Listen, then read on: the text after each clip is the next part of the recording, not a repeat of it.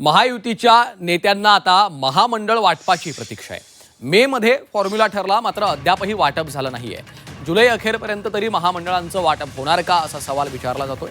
महामंडळासाठी महायुतीमध्ये 48, 29, 20 असा फॉर्म्युला ठरलाय। भाजप 48, शिवसेना 29, राष्ट्रवादी 20% महामंडळाचं वाटपाचं सूत्र ठरलेलं आहे, अशी देखील माहिती आहे। तर मे मध्ये या संदर्भातला फॉर्म्युला ठरलाय, मात्र अद्यापही वाटप झालेलं नाहीये। महायुतीच्या नेत्यांना आता महामंडळाच्या वाटपाची प्रतीक्षा लागलेली आहे। ओम देशमुख आमचे प्रतिनिधी फोनलाईनवरनं आपल्या सोबत आहेत। ओम, आपण पाहतोय मे मध्ये हा फॉर्म्युला ठरला होता, मात्र अद्यापही वाटप झालं नाही असं समजतंय।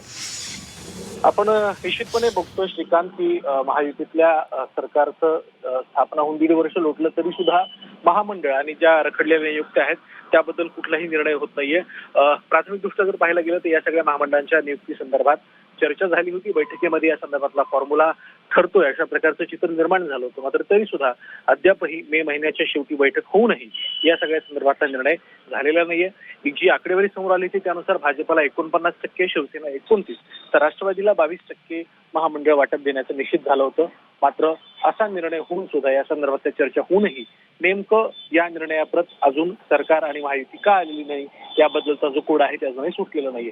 त्यामुळे महायुतीच्या कार्यकर्त्यांना अजून किती काळ महामंडळाच्या नियुक्तीसाठी प्रतीक्षा करावी लागते याबद्दल अद्यापही साशंकता व्यक्त केली जाते। निश्चितच धन्यवाद ओम या सविस्तर माहितीसाठी।